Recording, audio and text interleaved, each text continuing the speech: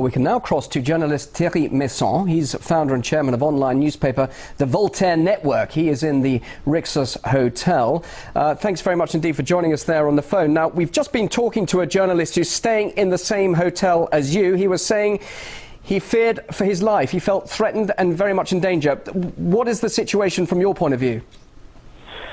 It's a strange situation because now in this hotel there is no more the leaders of the country. They go away from the hotel, but now there is only some journalists inside the hotel. But as you know, some of the US journalists are not journalists at all. They are only spies with undercover of journalism.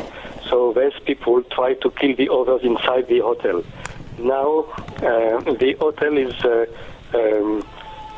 without electricity and no food, and we had some Libyan fighters inside to protect us against the US, and the hotel is surrounded by the tribes now to prevent the entrance of NATO here.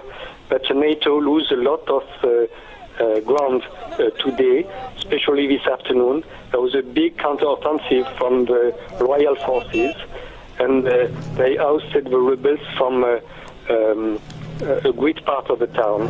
No, not all, but a great part of the town. And that's always the same thing what happened in the last days in other towns. It means that during the night, the NATO is bombing the places, and they arrive after that with Apache helicopters or very heavy helicopters to shoot everybody in the street. And after that, only after that, the so-called rebels enter in the streets. So it's very easy, of course, but the military action is not performed by the so-called rebels, but it's performed by NATO. That's why they are doing all the things during the night to hit what are the people doing the action. But in the day, each time we see the reverse. In the day, the loyal forces try to control again the ground, and the rebels are withdrawing. Let me just quickly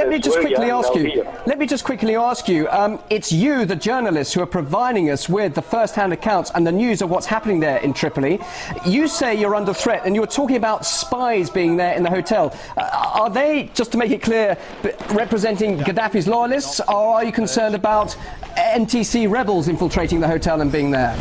No, I'm saying to you that some of so-called journalists inside are US agents undercover.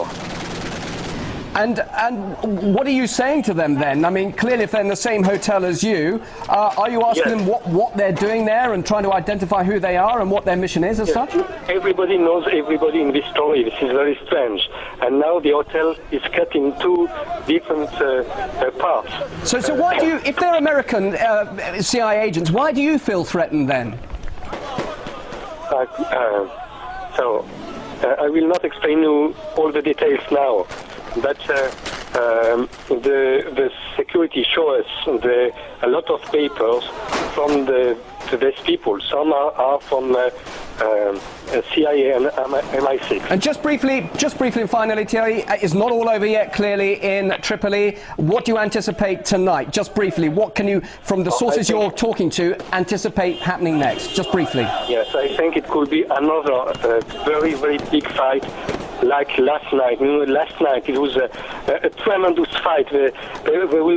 We don't know exactly the losses, but during the first part of the night, there was only the first part of the night. There was 1,300 people killed and 5,000 people badly injured. We enter in the hospital.